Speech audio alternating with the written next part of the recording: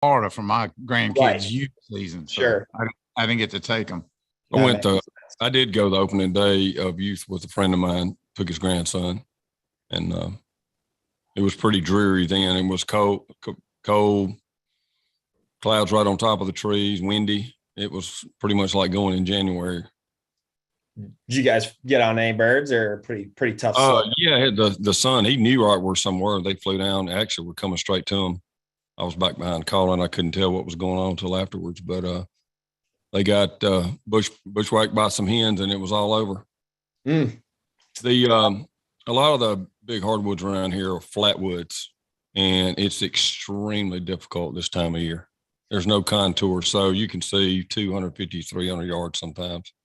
Yeah, and it's really hard to move. So that burn that we did when we were down in Alabama, on your property there, Toxey, is that starting to come up with new growth yet, or is that still pretty barren? I'll tell you in about 8 days, but yeah, it should be doing pretty good. We have had some pretty cold snaps that'll set it back for this time of year, just like this weekend. It was 21 night before last. But yeah, it started to a little bit. It really won't launch until the soil temperature gets above 60. Sure. But yeah, that was one of the earliest we burned. So that one should be really good. Nice. Well, looks like we're approaching 600 people in here. We're just going to give it another minute or two. Let some more folks trickle in, and we'll kick off this webinar with Toxey and Cuz here.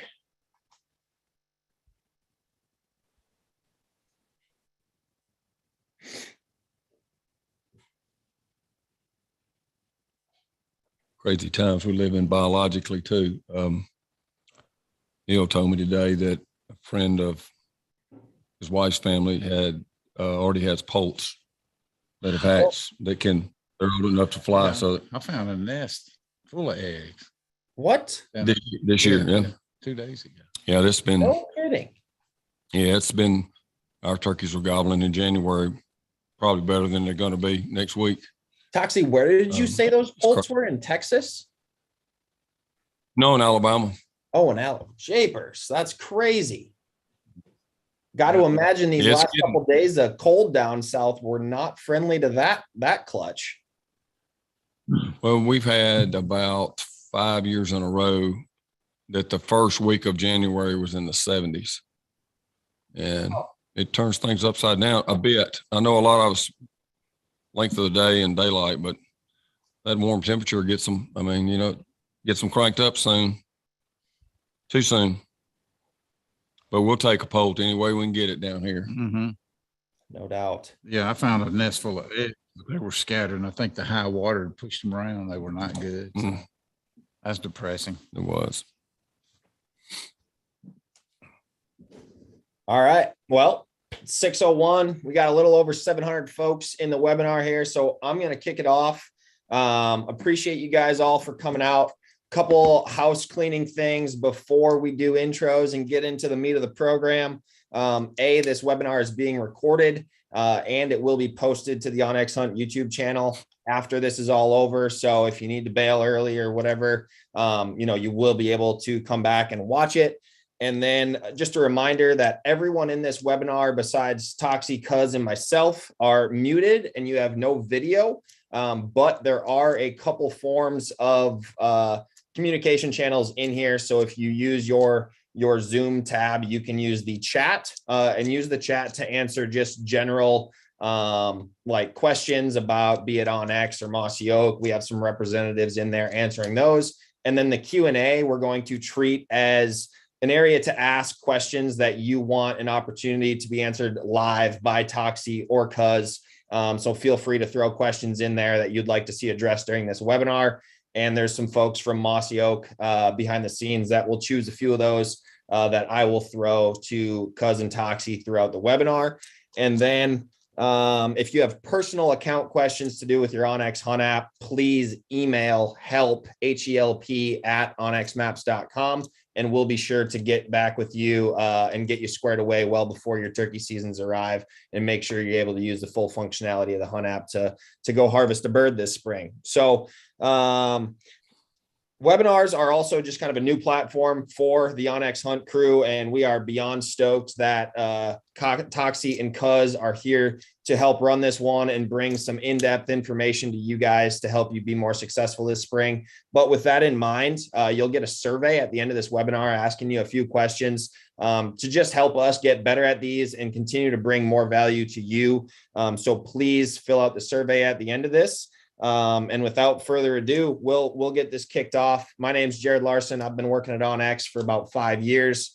And as the guys from Mossy Oak love to say, bottomland is in my blood. I love turkey hunting probably more than anything else. As far as just pure enjoyment of the hunt, there's something about the woods coming to life in the spring and a gobbling turkey that if it doesn't get your blood boiling, I'm guessing you wouldn't be in this webinar here today. So with that, I'll let Toxey and Cuz introduce themselves and we'll kick this off. So take it away, gents. That's Toxey Haas, the founder and the inventor right there. And if it wasn't for wild turkeys, I don't think there'd be Mossy Oak. Probably not. It's Probably not. Those roots run deep. If you want to hear the story, it's all over mossyoak.com. But the difference in Toxey and a lot of CEOs is he really is that good at turkey hunting. We've turkey hunted together forever. So not a better place to throw some questions, in my opinion. Thank you. I don't know if that's accurate or not, but I appreciate it. Yeah, that's pretty accurate, in my opinion. Ditto back at you for sure. Mm-hmm.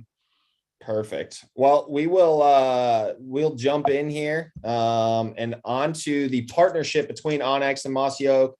So we've been stoked to be working with Mossy Oak for the last 3 years or so, as far as just finding ways to collaborate with one another, be that through conservation efforts with NWTF or such as our new elite benefits that you have exclusive access to 20% off from the Mossy Oak store at any time that you need gear from the best in the business from Mossy Oak. There, you're going to get 20% off as an elite member. You're also going to get a free subscription to the Gamekeepers digital magazine to ensure that you're able to get the most out of your land by developing a plan and having that in place to not only benefit, turkeys and deer, but all types of flora and fauna to ensure that you are getting the most out of your property and preserving it and enhancing it for future generations, which is obviously, one of the things at the core of being a gamekeeper is ensuring, the stability of be it turkey populations or, whatever it may be on your property for your goals. Mossy Oak gamekeepers are going to be there to help you through and through to improve your properties. So be sure to utilize those OnX Elite member benefits. You can go to that link below or just Google search, OnX Maps, Mossy Oak Elite benefits, and that'll pop up for you. But now we're going to jump into the good stuff and get into turkey and turkey hunting here. So, Cuz kind of touched on it with Toxey's intro there, but Mossy Oak really was founded from getting closer to turkeys and just building a better camo with turkey hunting in mind. So take that away, Toxey and Cuz, kind of talk about, why you started Mossy Oak with what you did there, Toxey, and what it's kind of snowballed into today. That's a tough, quick question. It is true. Something from the first day my dad took me just kind of like, I'm not unlike millions of people, I'm sure, just changed me. And it was just like magic. So, but I was fortunate enough to he grew up and had access to an area of the country where there were turkeys when they were almost extinct. So the club I grew up hunting with him was a group of guys, and some of his friends he grew up with had been a turkey hunting club since like 1925. It's been around that long, and I guess it has to be the oldest one in the country. I don't know that, but so from a very, very young age, it was kind of instilled to me about that. And what I was kind of getting to is the craft and the art and some of the most important skills, if you will, back then was like one of the top things was, besides having a great place to go, was blind building. It was an art form. And, I just was brought up, you don't dare try to hunt a turkey without building a blind to get behind. And so, even as a kid, I always kind of look past stuff and, want to do things my own way, a little bit hard-headed, to say the least. What do you think, Cuz? Yeah, that fits right in. And so I was just like, if your camouflage didn't stand out so much, you know, you wouldn't have to do all that. You know, I'd always, as I got older, and I would say, hey, we get closer, we could kill this turkey. And we can't get any closer, son. We're too close now. We got to back up from here just to build our blind. And, you know, it kind of frustrated me. It's like, why? So, you know, I started trying to, it was pretty comical really, to tie dye or get it, you know, to match a little better and whatever. So, you know, and then I got older, teenage, you know, high school, sports, college, I kind of parked it all on the sideline. And then once wanted Girls. Yeah. Yep. Correct. Yeah. All of the above. Yeah. And got really lucky like you and outkicked my coverage on that too.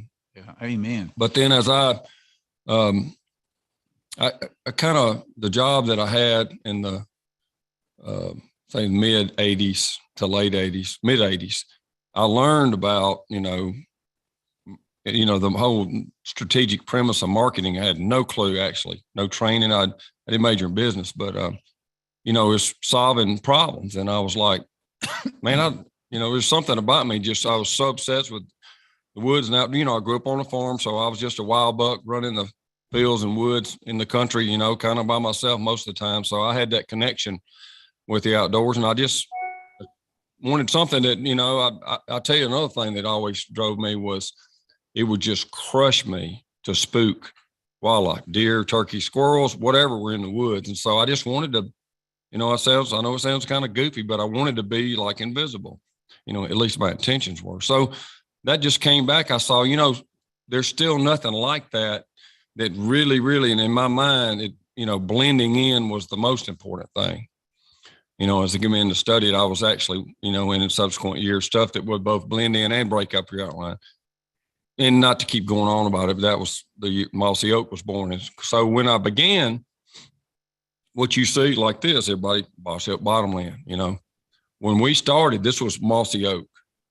There was just a camo pattern called Mossy Oak. There weren't different names for different patterns. This is all I had. And so there was a grayer version and a browner version. The grayer version was called Hill Country and the browner version was called Bottomland. And it became so overwhelmingly popular above anything else, you know, the Hill Country and even other patterns we introduced, that it actually became synonymous and became known as Bottomland, the pattern and everything. And that's just sometimes, you know, a lot of things in our history, we don't create them ahead of time. We don't plan them ahead of time, but we do listen to our consumers and to the market. And when they're telling us something and they're beating us over the head with it, we listen. So that's kind of how it evolved. It leads to the early stages to where, you know, Bottomland was born. There's a lot that's happened since then, but that's for another podcast, maybe. I love it. And so we have a real good question from Walt Whitman in the QA here. That, you know, Cuz, if you feel comfortable answering it, take it away, because I know Toxey is going to be too humble to speak to it, maybe truthfully. At what point in the beginnings of Mossy Oak did you know that, like, you know, we did it, we made it, like Mossy Oak was going to land and be a staple for, you know, decades to come, and obviously is still the brand that it is today and continually to grow, especially for those chasing turkeys?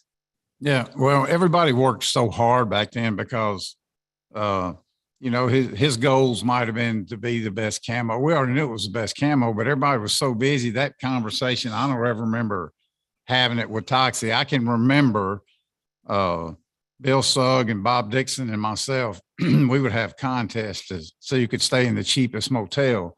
And because there was no marketing money or anything back then. It was a tough row to hoe. There was no kind of any money, actually. There was no money, none whatsoever. So, you know, and I can tell you a story about when we launched television, and, you know, it lost money. And I'd go to, before I went to Toxey, I was doing the budget. I said, I called my wife, said, I'm probably fixing to get fired. I'm just giving you a heads up because we lost money. And Toxey looked at the number. He said, let's try it one more time. And we did. Well, what was happening is we were building that brand nationwide. But to me, and I'm not the CEO, but to me, when Browning signed us up as their official camouflage, me personally, I was kind of sticking my chest out because I felt like that was a big home run to have that Browning brand. And they may be the only people out there in the outdoor industry that's more careful with their brand than we are. And Toxey, give us a time frame. What year was that? So I started this in I started it in 85, incorporated in 86, just because giving the advice to. So then Cuz was there at 87, Bob Dixon and so forth. I would say 90. 89, 90. 89, 90 Yeah, maybe. it wasn't long. But I don't, That was a big deal though. Yeah, that's awesome. I love the no marketing budget and seeing who can stay at the cheapest motel. I hope it's still that way. I hope that's still happening. Bob won, by the way. No. $7.80, I think it was, didn't he? No, it was $9 and it was in Yeehaw Junction, Florida. Oh, was you? That was me. He had a sign outside that said rooms $10. And I walked in. I looked at the guy, said $10. He said, okay, $9. I stayed in Yeehaw Junction for $9, put my samples out on the bed and slept on top of them, but I did. So, but there's some great stories about those days. He and Bob and Bill always had this wars about that. And I still remember Bob saying he slept in the truck, and we're saying, cuz like, why? He said, well, I got in there and there was just a concrete floor with a drain in the middle of the room, and the shower was out in the same room with that. And I was, it was kind of dirty and all, but hey, I was it was to that date, it was the cheapest thing anybody stayed in. I was going to win that bet. And he looked over at the push button phone. He said the 9 and the 1 were wore off of it. He decided, I got to get out of here. So too many. That's a true story. Now, I don't know if they were worn off, but it's a true story. He told us that. Yeah, that's true. That's amazing. So with that, building better camo is obviously, at the heart of what you started here, Toxey and Cuz. And tomorrow is your guys' opening day. And I'm going to put the blame on somebody else for scheduling a webinar the evening before opening day for you guys not to get to roost any birds, but kind of tell us what the vibe is at Mossy Oak HQ, the day before opening day, what does that look like? And what are some of your favorite parts or maybe favorite memories of opening day? It's changed a lot. So, back in the day, and we were all together at a camp somewhere. Now, one of the, as the priority here is family. I mean, everybody's off in their little family units. I'll be with mine. He'll be with his. Others will be with theirs. And so we don't spend the opening day together as like a peer group of the guys kind of started the company and everything today. But, it's because we're with our families. And I mean, you couldn't pry him out of his grandkids taking them with a crowbar. It's just not going to happen. So, and everybody respects that. And honestly, everybody's kind of got their own spot, their own lease, their own dirt. And so, you hate to go somewhere else than your own place in the opening day too. So it's morphed and changed a little bit. Of course, instantly you'll get the phone pictures now to communicate that. And we do all get together still, but it is a lot different than when we first started. It was just us, and all we had to worry about was just us.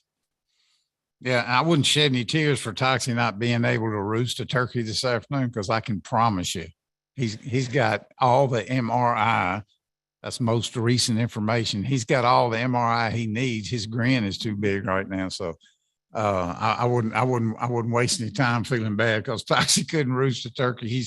He's probably got something spotted. It's all dependent on the weather in the morning around here. It's getting kind of rainy looking. Yep.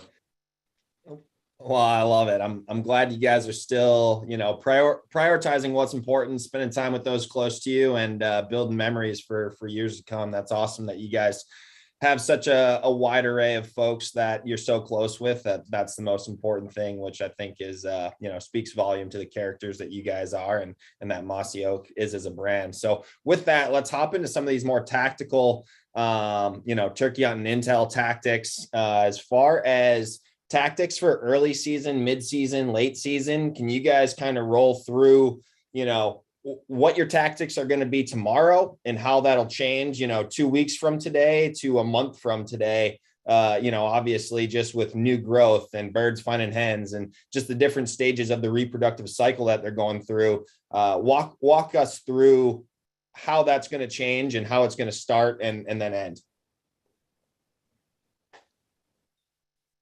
Me personally, I'm always worried about getting spotted. Toxey's one of the most careful people ever, but my background comes from trying to film it, a lot.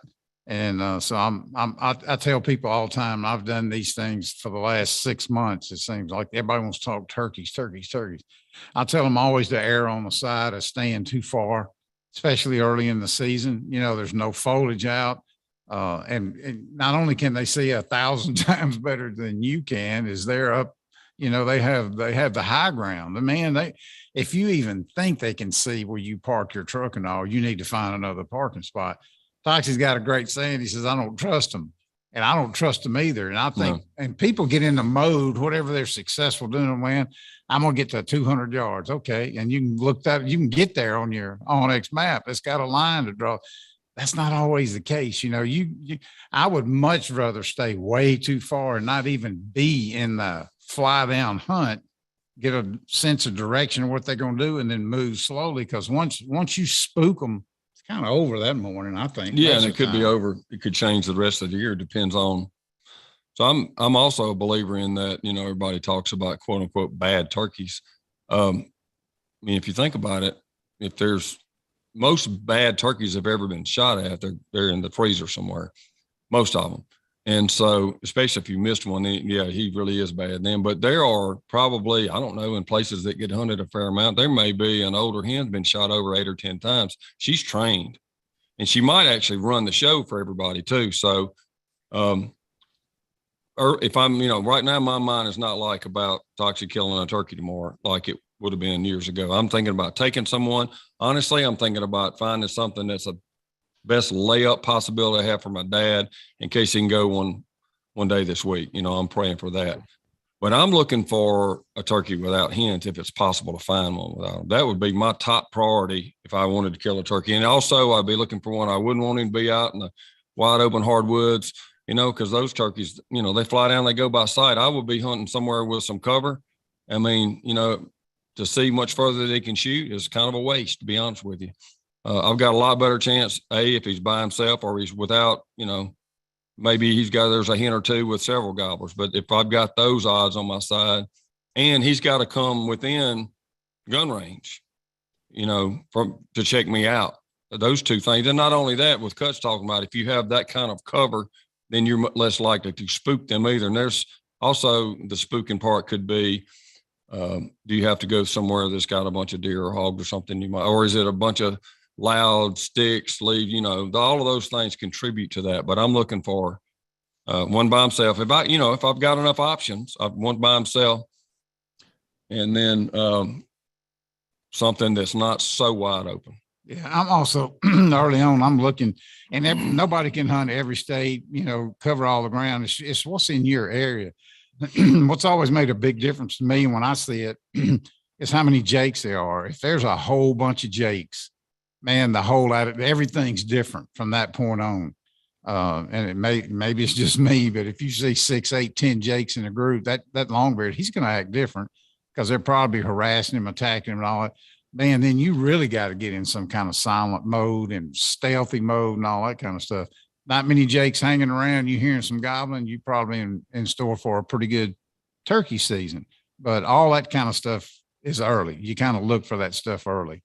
Yeah, you're more likely to, if you have time, you know, I don't have as much time or taken as much time as I might have in the past, but if you've taken enough time and you've heard a turkey or an area where the turkey's gobbling and, you know, a time or two, and you've been able to kind of pinpoint where he flew down. I mean, yeah, if there's any consistency that he's going to have during the year, it's usually either because he hasn't been bothered yet, which is opening day, or it's maybe later in the season when he's with particular hens that are nesting and they're doing the same thing every day. He's just following. So what I'm saying is the opening day would be a great time to feel like you have kind of pinpointed one and get in there in the black dark and be right in his boiler room. And if you do that, the one thing I wouldn't look a gift horse in the mouth and do a bunch of calling and stuff. I would be I'm not saying you don't, but I'd be very careful about it. Yeah, being early can't be stressed enough. That we've been doing that wounded warrior hunt down in Florida for 15 years. And man, the one thing you got to do right when you're dealing with somebody that's, you know, in a wheelchair, kind of handicapped, you kind of got an idea where you need to be. You've probably built your blind and you're kind of committed there. You got to get in there early. Keith Kelly's one of the best I've ever seen. turkeys were gobbling down there like at 6:15. He says, all right, let's leave the camp at 4:15. I'm like, 4:15, but it's so important to get in there in the pitch black, get set down and get quiet. And not everybody does that. And you can't always do it, but the earlier you can get in there in the pitch black dark, especially early, that makes a big difference. And I do think they forgive you a little bit. Yeah. If you're 30 minutes earlier and it's black dark and you deer snorting or you crack a stick or whatever you do, it might spook them. You got a better chance they'll settle down and never really didn't know what it was if it's really dark, black dark. Love it. So, with that, obviously if you're getting in on a turkey, that early, what are your thoughts or what is your strategy around scouting a piece of dirt? Let's say you've never been there and you only have one day to scout it before the season. What's like the top turkey signs that you're looking for, or land features, particular tree types, food sources? What are you looking for if you only have, let's say a day to scout ahead of the season? What is your focus with that scout day? I'll answer this my way. And this is not a plug for anybody, but usually we hunt the same 2 or 3 ranches down there in Florida. It's put on by the Florida Cattlemen's Association for those wounded vets. Went to New Dirt this year and we had an afternoon and that was it for this new spot. So I got in the truck and took off, had my OnX. I had a map, but I saw 2 turkeys that whole day. And when I saw the turkey, I dropped something on the map. When I saw that other turkey, I dropped it on the map. That's all I saw. I got back, blew the map up, and they were on either side of a really big cypress head. And turkeys down there love to roost in those. So guess where I started the next morning was right there. And that's long distance, one afternoon. I'm looking for, if I can't find tracks, I'm looking for live turkeys, but I only saw 2 hens, but it put me in the right spot when I pulled the map up and saw what was there. I would answer that in reverse. I can tell you what I would not be doing. I would not be walking through the woods and calling. That is the last thing I would be doing. I would, if you can ride and glass from a vehicle, actually that, especially somewhere they're used to seeing vehicles occasionally, that would be the easiest way to spot something. I was doing this a minute ago. My number one thing, I would be there well before daylight and listen and use my ears. And if you can, do all your scouting via your ears, and you have way less chance of spooking something or knocking them off their routine for the next day. So that's the number one thing I would do, is listen the day before if I could in that area. But then, besides that, try to, I guess if you can't, the further you can't find any kind of sign to key you into what you're going to do, the further you might be intrusive. But I would say just the next thing is like glassing, easing up the stuff, just, act like everything's, it's just fun to do it anyway. Act like everything's on the line by you not getting spooked. And the more you can, even if you have to go through some work, just put a really light, quiet footprint, maybe stay in thicker places, because there's no rhyme or reason to where they might be that time of year, depending on what part of the country you're in. Like used to be a lot of small, hard red oak acorns this time of year were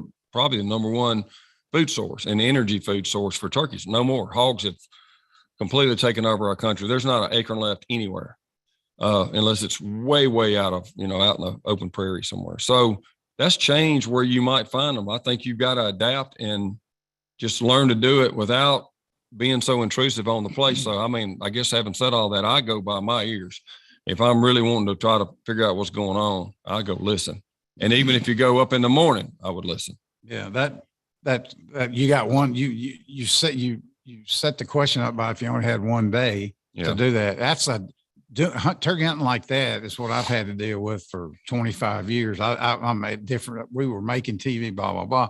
That's way different than hunting, your lower 40 down there. And that's a different game. And it's a different strategy, and because your time limits there, and, you, like in my case, I was getting paid to film turkeys. I'm finding turkeys, and I do things way different, way more aggressive when I have that half a day or one day to scout than you would your lower 40 there. So that's apples and oranges kind of.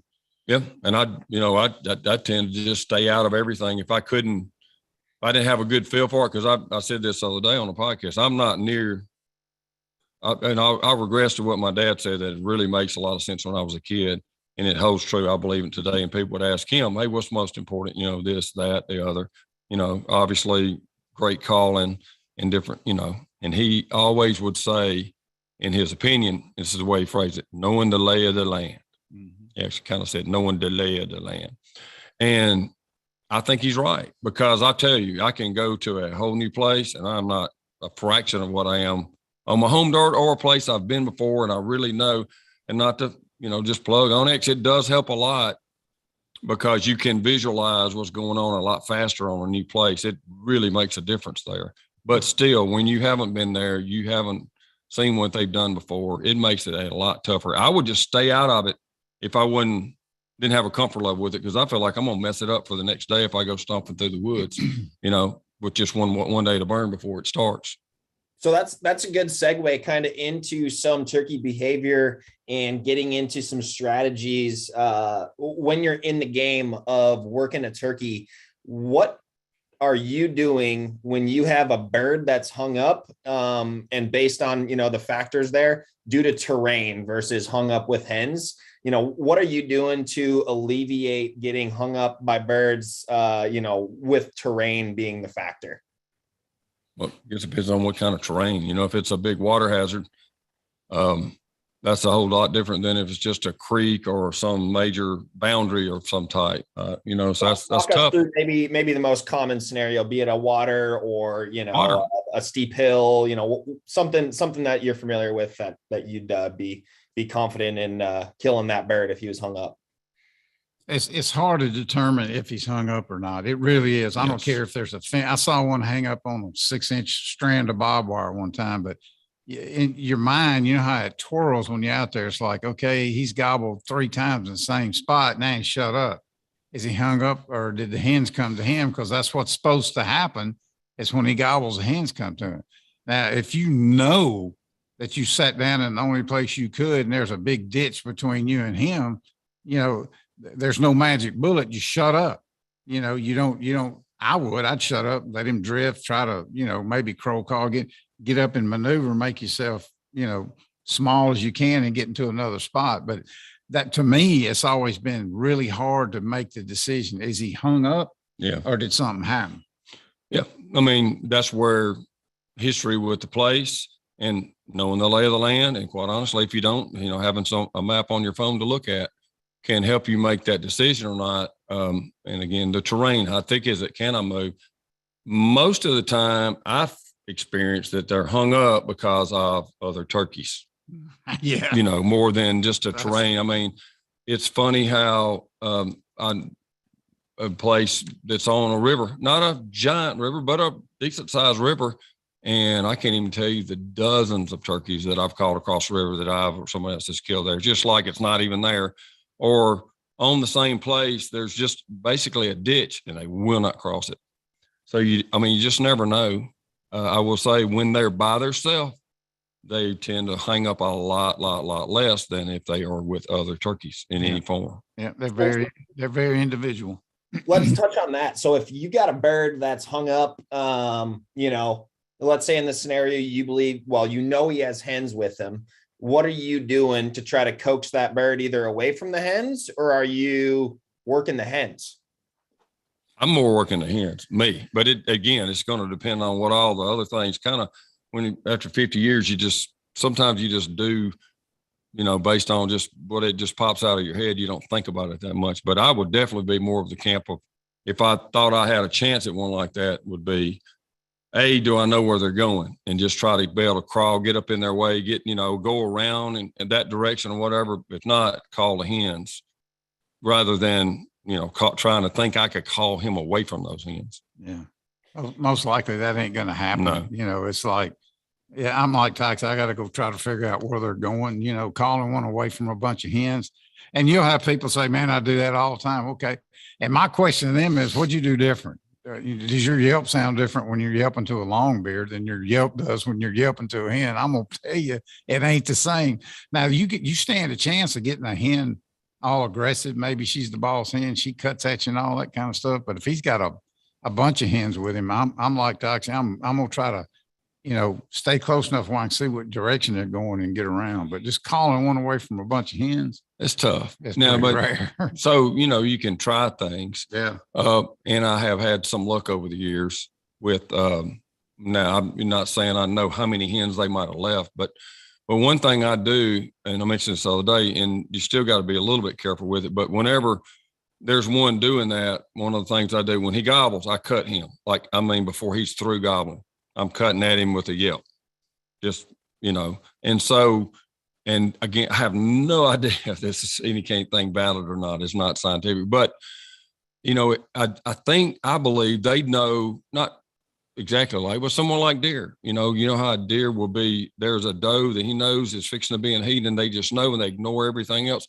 I think those turkeys know that certain hens would breed or not. And so if he's been with certain hens for a while and he knows, even though he's with them, he's kind of hanging out, that's what you do. Man, they hadn't paid me any attention in a while. They really passed where they would be breeding. If he hears one or two things, one is that I don't know if that's true or not, but I'm excited when he gobbles, I just cut him right there. And also will pull out, and not that I think they all sound the greatest or whatever, but slate, box, mouth call, because most of mine is mouth call story. That's the biggest thing I use multiple calls for, is try to sound like several hens. Now, does it work all the time on a turkey that's henned up? Heck no. But does it work more than I think normally stuff does? Yeah, actually it does sometimes. So, but you just never know. For anybody to say they got it figured out, it's ludicrous. So before we deep dive into the different call types, we're definitely going to get to that. Dave Weaver asked a good question while we're on this topic. What are your thoughts on different sounds hen makes, be it a kiki, be it a yelp, be it a cut? And what are some scenarios where you're using a specific vocalization, to try to coax a hen in, or to try to, work a gobbler, or Jake yelps, detail some of those that you're going to use this spring in the woods. We had a hen come up to us. I guess it was Monday or Tuesday of last week, came around the corner and just whistling, doing the kiki. It's kind of rare. Yeah, I know people do it in contests and all. You don't hear that a lot in the spring. And I heard it like 2 or 3 times down there. And to me, it makes it think like they had a later hatch. I don't know if the turkeys are younger. I don't know. They just hens do kiki. Hens do kiki. Sure You just don't hear it in the spring like you do in the fall. I kiki to her. She kiki back. It didn't affect anybody. The turkey, the longbeards were 300 yards away with 9 hens. He paid no attention to that hen or me.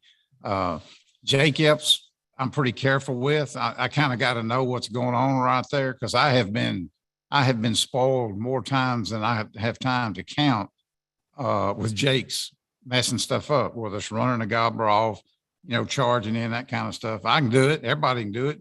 I hate to hear it first thing in the morning, because that means, they're nearby. And as soon as you make a yelp, they coming in. So they won't leave. I'll always tell people, here's the deal. If you can learn how to walk quietly in the woods and do your scout and all that, if you can make any sound at all that resembles a turkey yelp, just work on that. Try to figure out how to do it on a mouth call, because that's the whole design. So you can have your gun up and all that kind of stuff. But, and you'll hear different sounds, but I to me, it's like a 30-30 and the number of deer got shot with it. A plain basic yelp's probably been responsible for more turkey deaths than anything. No question about that. I would just say, and again, unless you've been a little bit, you may not can pick this up, but I'm kind of like, what's going on this morning? Is it, it's not always the weather. Like tomorrow, it might be real dreary looking and feeling, but that turkey might be gobbling pretty good and hens may be cutting up. I kind of mirror the energy the woods are giving me off. If everything's just like, just a little tree yipping, or you barely get anything from them, turkey's not gobbling a whole lot. And I may be wrong. Well, now I may change that energy. So I use that word a little bit. I may just be, and then just maybe lightly, just a little excitement. Because again, they're not humans. They're just animals. And sometimes it's attractive for somebody to be excited. But if you're too excited on a day when nobody else is, I don't know that it does you any good. So I'd use it sparingly, but let the woods kind of tell you, depending on what's going on that day. The opening Saturday down there, I had an afternoon and a morning and an afternoon. Had 3 turkeys, not roosted, but I knew where they are. There's one there, there's 2 down there. And they gobbled really good the morning before the soldiers got there. So I got him up in there very, very early, sat down telling him there's going to be one here, one there, nothing. An hour and 5 minutes, dead silence. I've never, that's when you start coming up with guide stories and stuff. I stepped outside the blind. Toxey's going to roll his eyes at this. And I hit the tube call. It's like 8 o'clock by now. Pop, pop, pop, loud as I could. And the hen answered. There you go. And I said, well, you know what? Maybe he'll get to look at a hen. And hen answered me, kept coming in. And while I'm like getting him pointed over there so he can see, I hear, and here come a gobbler. Never set a peep on the roost or anything. And would he have come up in there? Well, he probably wouldn't have if I hadn't started calling. So point being, there's no absolutes. Every day's different. All those turkeys are different. It just depends on if their window's open. Yeah, patience. He just said, he just nailed the thing we hadn't said yet. That's so important. If you're like, what'll help you kill more turkeys than anything else, is like patience. I mean, don't give up on them. Don't, if I'm talking about treading lightly, if you're not going to push one to come on in and try to pressure him and, make it happen too fast, you better be patient too. So he just hit on patience. Is like way up at the top. So that bleeds into another topic that there's been a ton of questions revolving around, and I know you guys wanted to cover as well. Give us your favorite timeframes that you've seen the most success in harvesting a turkey. And to set that up a little bit, so often you get birds hammering on the roost and you're sitting in great position. You think it's in the bag that this bird is going to fly down into your decoys and you're going to be at Waffle House by 7:30. But I think we all know that that is typically not the case. Give us your best tactics, be it mid-morning, be it afternoon, for the time that you find yourselves most successful in the spring woods. Toxey's pretty successful off the roost. He does a lot of things different from other people. The year I shot the video for Primos, The Truth About Spring Turkey Hunting, which has become a cult movie for the Primos gang, I think there was probably maybe 14 hunts there. And I think there was 2 that came off the roost. The other 14 were between like 9 and noon, which kind of tells you all you need to know. The hens have drifted away or whatever. And you keep hearing me say his window's open. When he looks around, he ain't got any hens around. Your calling sounds way better than it did while he was up on the roost. So, that's kind of the magic time. I think this is universal. A great gobbling morning is awesome. We all love to do that. But once they fly down, you go through the lull. I don't care if you're in, New Zealand or New Mexico, there's a lull. So you gotta kind of fight your way through that. But at some point, his rubber band's getting tighter. He's ready to gobble and all that. So I love that mid-morning time. I'm certainly not going to leave. Yeah. He's right about, I do seem like I have some better luck right off the limb than some of the rest of the guys and stuff. But I would say for sure that if you strike a turkey, it's called daylight, mid-morning, late morning, afternoon, you've got way better chances that he's going to work and do right and have a great hunt if it's like mid-morning or afternoon than it is at daylight. And I mean, it's typical because he's roosted, and against just numbers, he's around other turkeys more. Or if he's been breeding hens, he's done what he's going to do, and he's kind of finding himself alone later in the morning. But I think, I don't know this again, but I think that sometimes he is so excited, to breed a hen, and he's got some hens with him and stuff. And then all of a sudden, you got to be careful because you can mess it up too. But all of a sudden, if you're the first one on the ground, sometimes he's down, again, but you can overdo it. You got to be careful too. But I think sometimes I've seen big turkeys that, nice spurs, all this stuff, they've been so hard to kill, have a bunch of hens. They'll fly down and act like an idiot for about 5 or 10 minutes until finally some hens start flying down, just running around everywhere looking for them. And then, what makes them tough is when they start gathering up hens. I mean, another saying I've always said, you could be the greatest caller there's ever been, literally the Michael Jordan of turkey calling, if there is such a thing. and you walk in the woods and you're just one more hen. That's it. So take that into consideration. If there's 10 of them and one of you, you got to consider things differently. You better try to figure out where he's going to go, honestly, in that particular case, if you can. But the biggest point is enjoying it, even if you're get whipped. And I know it's no fun to go in a place a lot of other people can hunt or on public land where someone else might do it. And then I respect that greatly, but just enjoy it, even if you don't kill a turkey. You've had a workout, he's answered you a lot, and you were just beat by a better foe that day. Man, just have fun every day you get blessed enough to get out there and get in the middle of them. The older I get, the more I've learned that lesson. I probably should have known it better when I was younger. Yeah.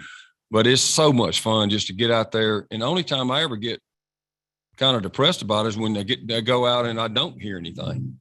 If I've heard a bunch of turkeys, I've had a great morning. Absolutely. I love that perspective. And before we get into calls and kind of some decoy tactics, rain, hunting turkeys in the rain has come up. I don't know how many times. I've lost track in the QA. So give us your guys' hottest take on how to kill a turkey in the rain. I'm out. I just don't do it. I'm not that mad at him anymore. I wasn't that mad at him when I was little, and young and going crazy. I just, everything I had back then was friction calls, and they saw you can run them in a sandwich bag. I just don't do it. I'm sure they come out in the fields more. The deal is when their feathers get wet, they can't fly. They feel more vulnerable and all that.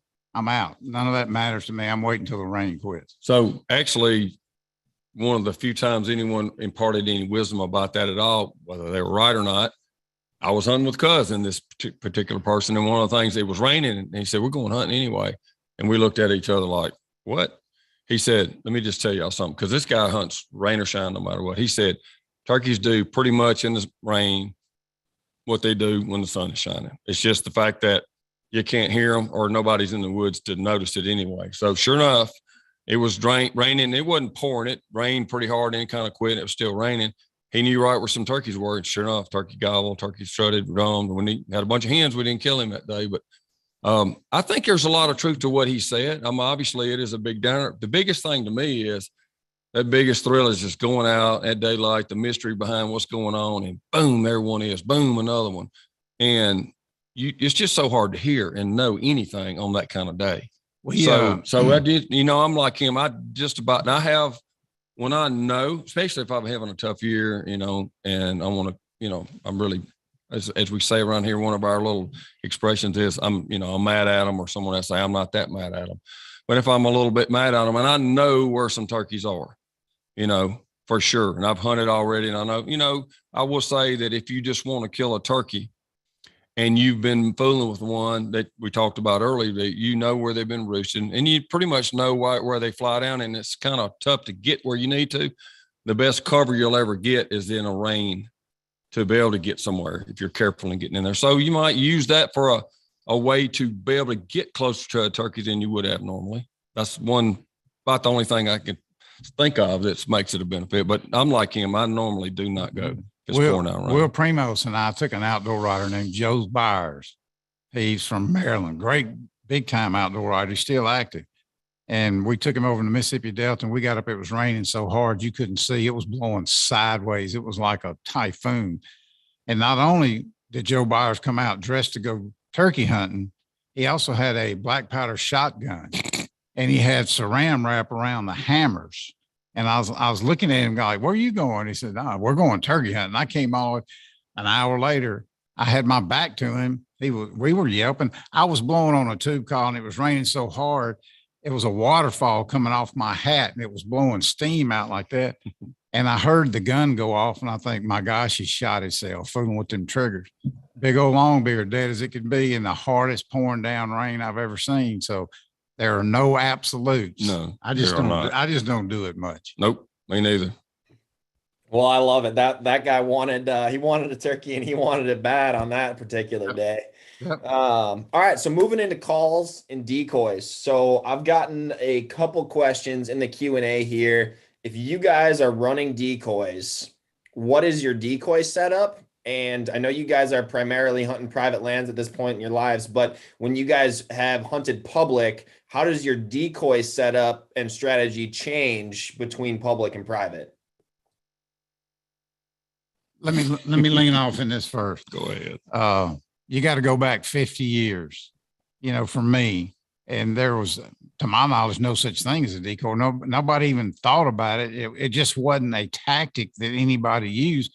First off, it wasn't that many people turkey hunting. So it's never been first and foremost in my mind. I know it certainly isn't in Toxey's. Now, if I got something against them, absolutely not. I carried one every day when I was down in Florida because I knew I was going to be stuck in a spot. So I would pick a spot more visually than anything else where I could get it out there, and because I can call pretty loud. And it's not like some, I'm better than you kind of thing. If I think my grandson's 10 years old, I need to have a decoy, it's going. But it's not something I ever took. And when I'm hunting by myself, I get lighter each year. I got 3 or 4 mouth calls and a tube call and a bottle of water. I'm out.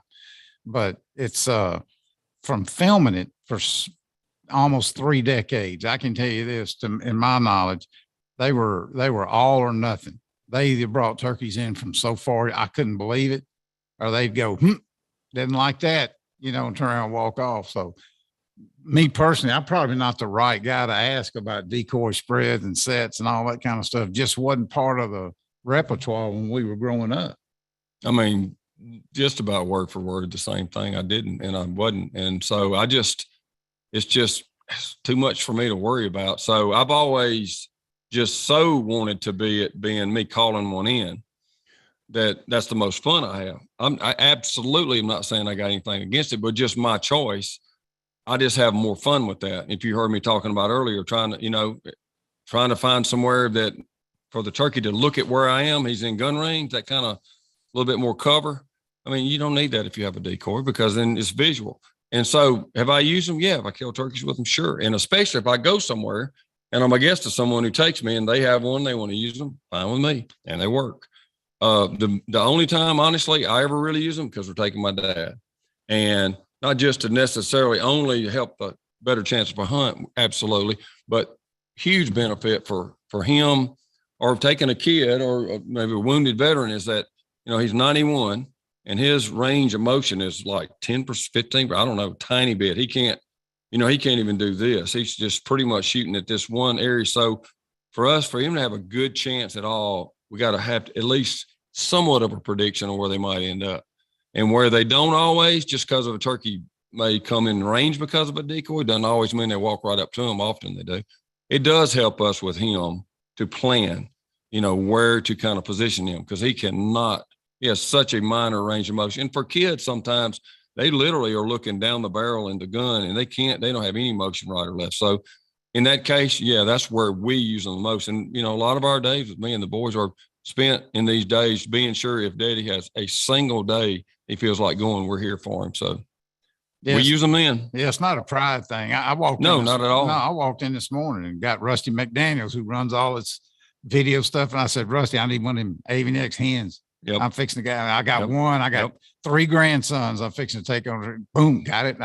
It ain't about that. It's like me, if I rarely get the chance to go, I'm going light. It's just kind of what makes my trigger pull. So they can definitely be cumbersome to carry around in the old turkey vest. There's no doubt about that. I mean, yeah, just never, like I was like him for so long, it was not even thought of. So that I just don't think of it that much. Mm-hmm. So, but I mean, there's different times that, most of the time I don't get to go, and I choose not to go. Sometimes I get busy. I'm so love work. If I get free time, even in the spring, I might work on the farm on some stuff. So I'm not going as much in the afternoon. I would say I'd probably be more likely if I'm not going to go somewhere. I'm just going to, ahead of time, I know where they've been coming out of the field every afternoon, and just go kind of sit. Absolutely. That's where. But if I'm going in the morning and I've got to locate one, move, I'm just not, I don't know, something about me doesn't want to fool with it as much. So it just depends. It's a personal decision. Yeah. We might or might not use them. Absolutely. So moving into the calls, obviously the major calls being mouth calls, pot calls, box calls, and then if you're Cuz Strickland, tube calls. What are your guys' favorites if there's particular scenarios? Box call being, louder than a mouth call to locate a gobbler, particular cuts of mouth calls. Give us some quick tips and your guys' takes on your favorite calls and when to use them. That's a deep subject. It really is. I Well, tell we're you, running out of time, so let's just Yeah. scrape the surface on this one. All right, Yes, I'm sir. going to hit the mouth call thing There real you quick. go. So too many people are trying to use a mouth call who aren't good at it. You can teach just about anybody to sound plenty good enough to go turkey hunting in a few hours or in a day with a multitude of friction calls. I would say a one-sided box. But here's the thing about mouth calls. When you start getting proficient enough, find one that you feel really comfortable, that's making a good kind of sexy hen nasally sound, soft, because where they're so important is what I call finishing calls. The last little bit, when you can't move anything, to make a noise. He's coming, but you see him, he's not going to be in distance, and he goes behind a little stuff, and you just want to make a little light turkey noise and get his attention. That's where they're so important. If you sound great on a mouth call, just hammering down on it, I think you're missing the point, because if the only thing you can do that's light is on a slate or something, you need to work on one and at least find one mouth call for sure and keep it in your mouth, and you're working a turkey that sounds good close. That would be my one tip, and don't try to use one till you're good at it. The tube call is a locating thing. And you and I hadn't hunted together yet, but it's really loud. It's got a wild pitch to it. And I don't care what anybody thinks. It makes turkeys gobble at ridiculous distances. It really does.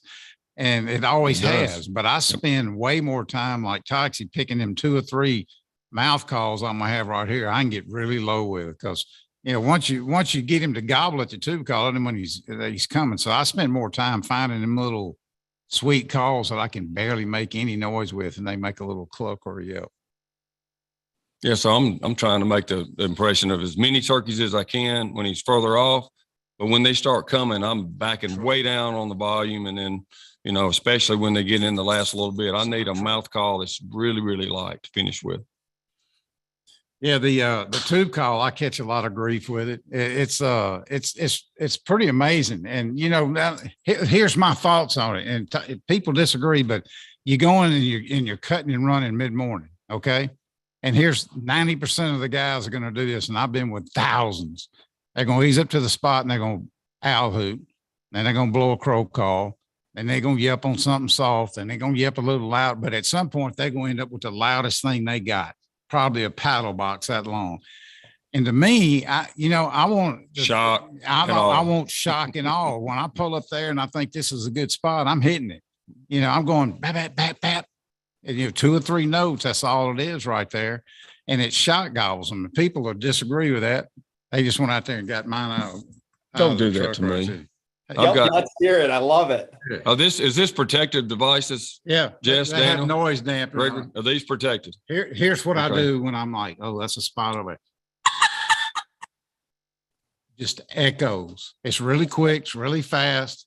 And Really sharp. yeah, it's really sharp, but Staccato. it's not a finishing call. No. And out in Texas, you can do coyote. Coyote on it, goose on it, anything you want. If I got one to take, I'm big on locating them because I have nowhere near as much patience as Toxey Haas does.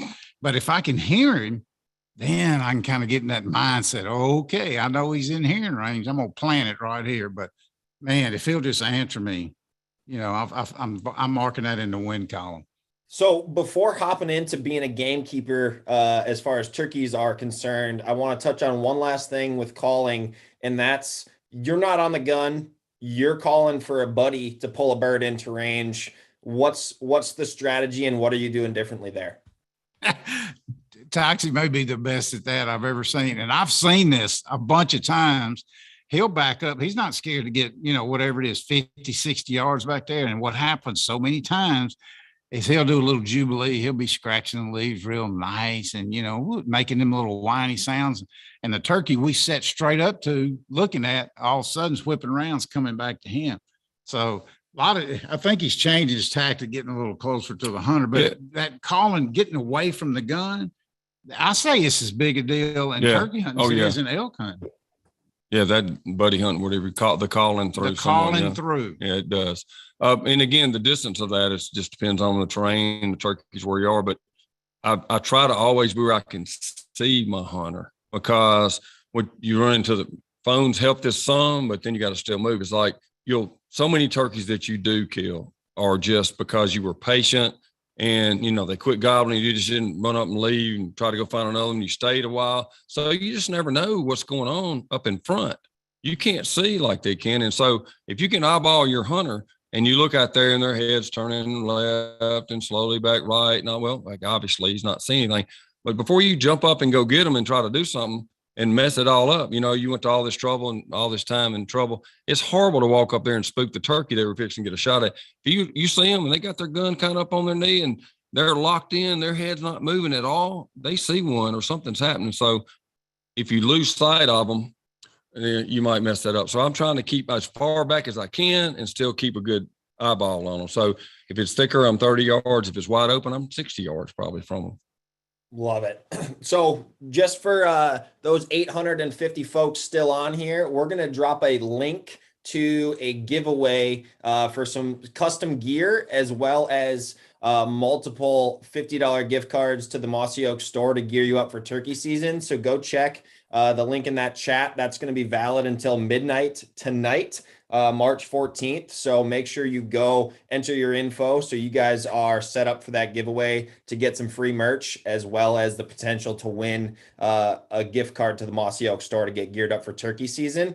And with that taken care of, being a gamekeeper in regards to turkeys, as far as predator control, burning, creating nest areas, what are you two doing on your farms to ensure future generations of turkeys are hatching and surviving successfully, through what's the most difficult period of their life as, being a poult? All of the above. Yeah. This is more Toxey's world. I have a farm and didn't ever have many turkeys. And the most awesome place I go, believe it or not, it's in Florida. It's not. And look, I was in Texas in the early 80s. I know what turkey hunting is all about. Trust me. But nowadays, the best place we go out is out in Florida, and they're relentless. Trapping nest predators, rotational burning. Same thing he does. I trap a lot on my place. It ain't quite old enough to burn yet.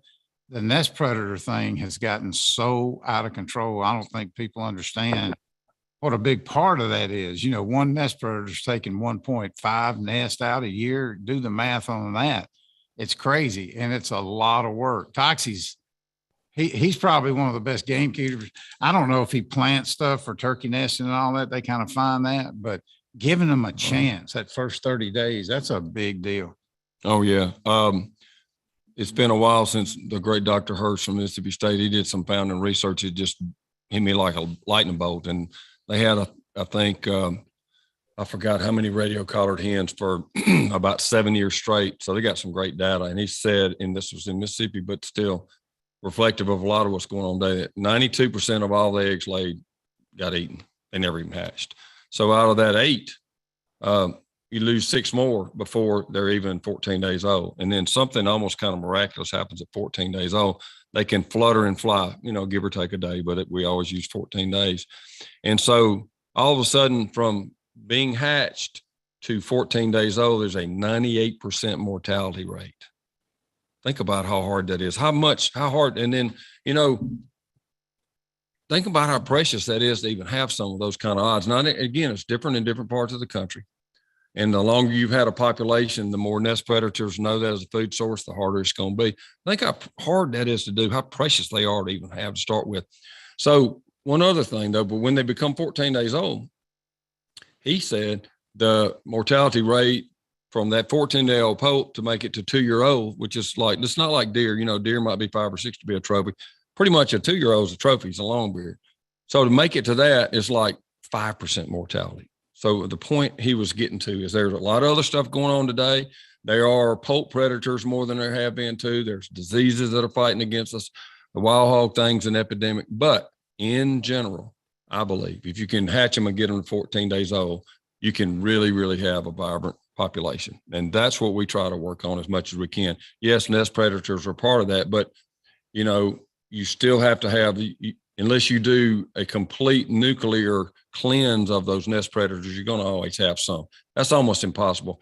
That habitat, that diversity of habitat, some of the stuff in, the way they described, if you want to look at what might be good for turkeys, get down like on your knees and look. through the woods, and can you see far enough to avoid a predator? And then, for poults, lay down on the ground and look, with your head almost on the ground, and look and see if you can see and clear. And also for the poults, is there some cover above me to keep the hawks and stuff from catching me too? Look at it from that perspective and create, if you've got, if you're interested in that stuff, create diversity is probably the best, key thing to focus on. But, everywhere is different, and every problem for every part of the country is different.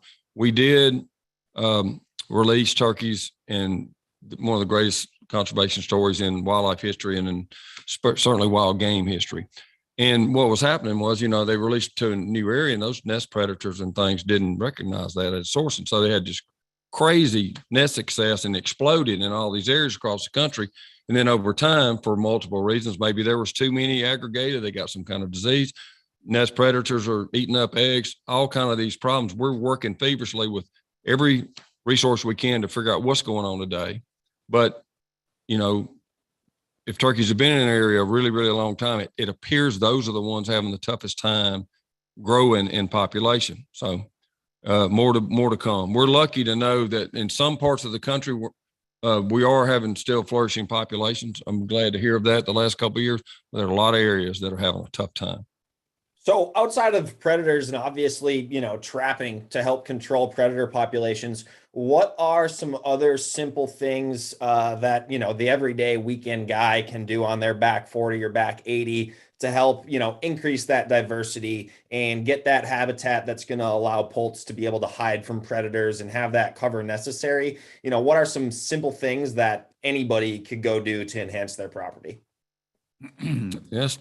That's tough. It depends on how small it is, and what your budget is, it's planting clover if you want them to come up there and feed. That's a good one. Yeah, that's a great thing to do. Switchgrass. You got to, like you said, if you figure out what they can walk through, one thing, this is just me. I am nowhere near a biologist, but I think letting your food plots grow up and get tall and seed out a little bit, I think that gives a chance for them poults to go through there. If you don't do anything else, before you mow them down and get them ready, let that seed head come out and let those poults dig down through there. You may mow a lane down through there so you can walk around. That's an easy one. Yeah. And I said diversity. So maybe, mow part of it or some strips where they can get out and open, catch bugs, but also get back away from predators. So I would say one tip that you actually doesn't cost you anything, may make you some money. If you have nothing but timber, and it doesn't even have to be that big a place, create some diversity. I would say leave some mature stuff and clear cut a little bit and then select cut some. And maybe, you could even do that rotationally if you have a bigger place so that you're continually creating diversity. So it's great to have areas that, honestly, as long as you aren't overdoing it, to clear cut some spots. Boy, what the food that'll come back. You watch the turkeys that are around that in the next couple of years. But if that's actually just by planning how you harvest timber can make a big difference instead of going in and just wiping it all out to the ground or leaving it mature because everybody wants big, pretty mature timber all the time. Create that diversity. And there are a ton of ways to do it, but one of the tops is just in the timber harvest practice. Interesting. So there's a ton of questions and just comments about burns. So, Toxey, just spending a weekend down at one of your farms in Alabama there. I don't know how many acres you and your crew burned, but it was very apparent that burning was, a core resource of yours to help regenerate your dirt. And so can you speak to, what burns are doing? And then, when should you be burning to make that most beneficial for turkeys? So I'm going to make sure that the guys here and the gamekeepers give you some websites and some serious experts. I know Dr. Lashley from down in Florida is one of the premier ones, but there's many other, Dr. Chamberlain, obviously, and others. But for us, the biggest thing we're doing, and especially we get most of this is that prairie dirt around here. You're waking up a lot of stuff. You're cleaning up stuff that actually a predator might catch one in too. And then as the spring evolves, the stuff that comes back behind the burn is if you look, it's a limey green, bright, kind of brilliant. And especially at first, for the first, I don't know, a couple of weeks, that's really, really attractive to insects and stuff too. And I think even turkeys probably they can digest that little thin cell wall on freshly, bud out plants. So, for us, not only do we burn, we try to do in kind of a patchwork style where you do leave some thicker areas. But I feel like one of the biggest things it does is allow the poults and the hens to see enough to protect themselves. Their protection is their eyes. They don't have any other base. They don't even smell like deer. They can't put up a fight. Even a mama goose can fend off stuff from her nest. The hen has no protection. Her only protection and the poults are their eyes. So I think one of the top things you do is you give them, that greater protection that they can use with their eyes to, not only pick a spot to nest, but also to escape predation. That's just me. And that definitely, you get multiple benefits from, it's great for deer too, as far as the nutritional benefit your deer get from burning off stuff. And it does help not just to burn, but burn somewhere some sunlight's going to get to the ground. You'll see more results from, what's produced and the attraction to wildlife, the nutritional benefit to wildlife and so forth. But for us, it kind of keeps your place from getting stagnant, but you still, again, have to have the place you can do it. You can't just go light a fire anywhere you want to either. And, especially if it's real hilly and, running up and down hills is different. And, the different fire breaks or how it may affect some species and others. When the vast area of timbered pines, especially if pines have once been thinned, it really becomes more of a tool than a lot of other places. But I love to light it. I love to burn it. I love what it does to my place. And just kind of watching Mother Nature do the kind of stuff that you can't do, You can't drill or disc or bulldoze or do anything like what that fire can do for your place. Super. But we're going to give y'all some links that you can share with the public that we know are the best of the best and even us, multitude of resources on, because what you don't do is you do not go try to burn something without the training or someone with some experience or going to, you just don't go haul off and do it. You need to learn a lot and ultimately, more than anything, be completely 100% safe. Yep, absolutely. Great tips there. And so one last time, we're going to drop that giveaway link for some free gear to win, as well as those Mossy Oak store gift cards to get prepped for spring turkey season. We're going to drop that in the chat one more time here. So make sure you go fill that out before midnight tonight, March 14th. I know Cuz is fixing to have his alarm set here in about 5 hours to get there good and dark with those grandsons of his. So we're going to do one last little segment here. Toxey and Cuz, what I both want from you is your number one piece of equipment that folks might not have in their turkey vest or bring into the turkey woods every time they go out, and then pair that with your favorite state to hunt turkeys in and a quick synopsis of maybe, your most memorable turkey hunt or one that comes to mind immediately. Well, everybody's turkey vest is probably similar. If there was one thing in my vest that probably nobody else was, and I'm not saying this to offend anybody on X, I carry an old school compass because I've been lost. Your battery goes dead or whatever, and you can't. Man, I'm telling you, that's the first thing I put in my vest all the time is an old school compass and teach those grandsons how to look at it and do this. Now, they would never use that. They're better at OnX than I am. That 9-year-old can run it like you would not believe. He's giving me tips all the time. But yeah, that's something I put in my vest. Well, what if you didn't plug your phone in last night too? So which is very possible for me. Yeah. I don't know what the answer would be. I'm going through my vest in my mind right now. And first of all, at 62 now, I'm not sure I can remember everything I even have in it. And then second of all, I can't think of anything like truly unique like that is. I think that what I would maybe do is be sure if you're having trouble with your phone, you do not let your phone go out.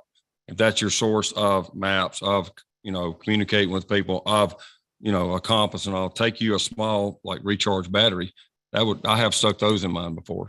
So that's probably one thing everything else I might take with me is something probably everybody else already has. Yep. So I don't know if I can answer that one as best. As far as my favorite state, Mississippi and Alabama, toss it up home. That's home. Both of those are my home. It's kind of like for me, those are one state.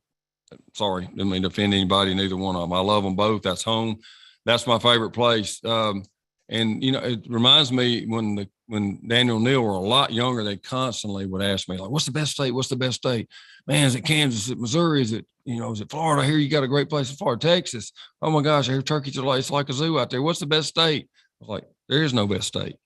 It's the individual place, you know, that someone's cared for and taken care of in some form, you know, that makes it a great place. It could happen in any state, quite honestly. So that's tough to say. I would say I'm a homeboy.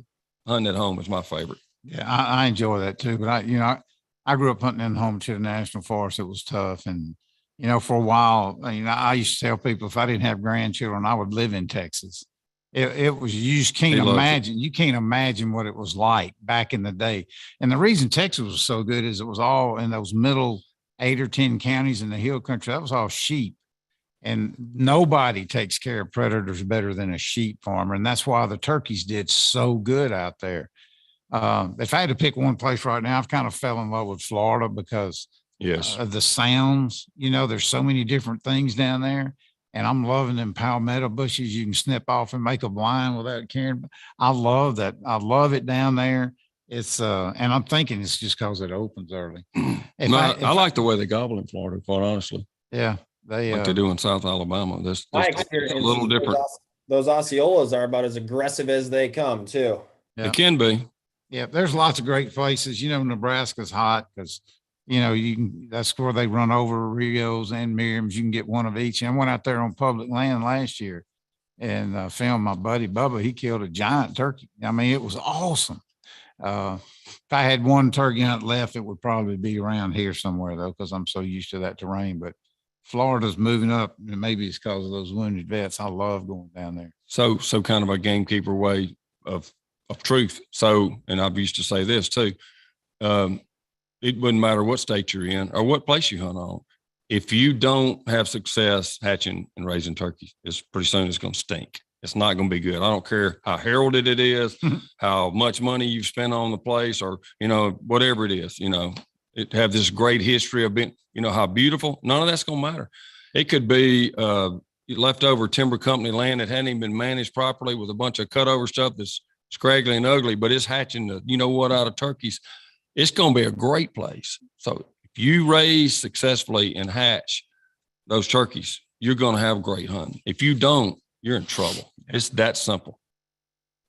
Love it. Well, I want to first say thank you, Toxey and Cuz, for hopping on here, providing, you know, such in-depth and insightful knowledge for everybody here. We really appreciate it. And we certainly appreciate all that Mossy Oak stands for and has done for the wild turkey. Appreciate you guys foregoing roosting birds before your opening day at home in Mississippi.